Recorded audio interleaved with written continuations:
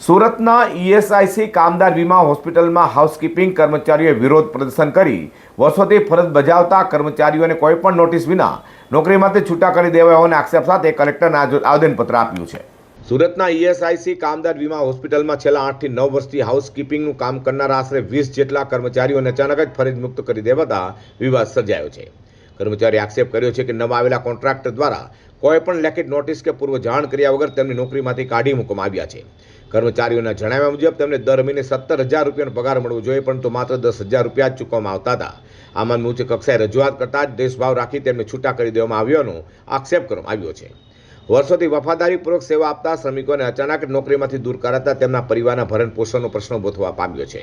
આક્રોશિત કર્મચારીઓએ કલેક્ટરને આવેદનપત્ર આપી યોગ્ય પગાર સાથે ફરી નોકરી પર પરત લેવામાં આવે તે માંગ કરી હતી। हाँ, मारू नाम सुरेशभाई चंदुभाई गामित है। हूँ ईएसआई होस्पिटल में सर्वंट छूँ। हूँ 5 वर्षथी नौकरी करूँ छूँ।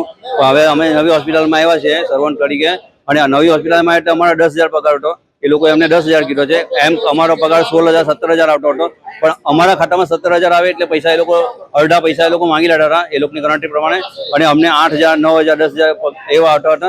अने एमांथी ए लोको अमे सुमनबेन सुपरवाइजर हता एने आपता हता मेडમને, અને એ ગુલાબભાઈને આપતા અને ગુલાબભાઈ ઉપર સાહેબોને 3 સાહેબો છે એને જ પહોંચાડતા હતા। એમાં રોહિત સર અને રંજીત સર અને રાજીવ સર આ 3 સાહેબને લોકો પૈસા મોકલતા હતા, આ ગુલાબને સુમનબેન કરીને।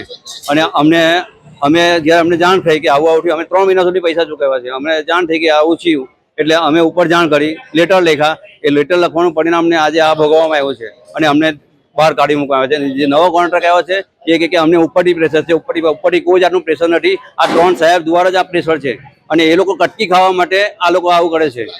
હાલ તો સુરતના ઈએસઆઈસી કામદાર વીમા હોસ્પિટલમાં હાઉસકીપિંગ કર્મચારીઓએ વિરોધ કર્યો હોય ત્યારે આવનાર સમયમાં શું નિવેડો આવે છે તે જોવું રહ્યું।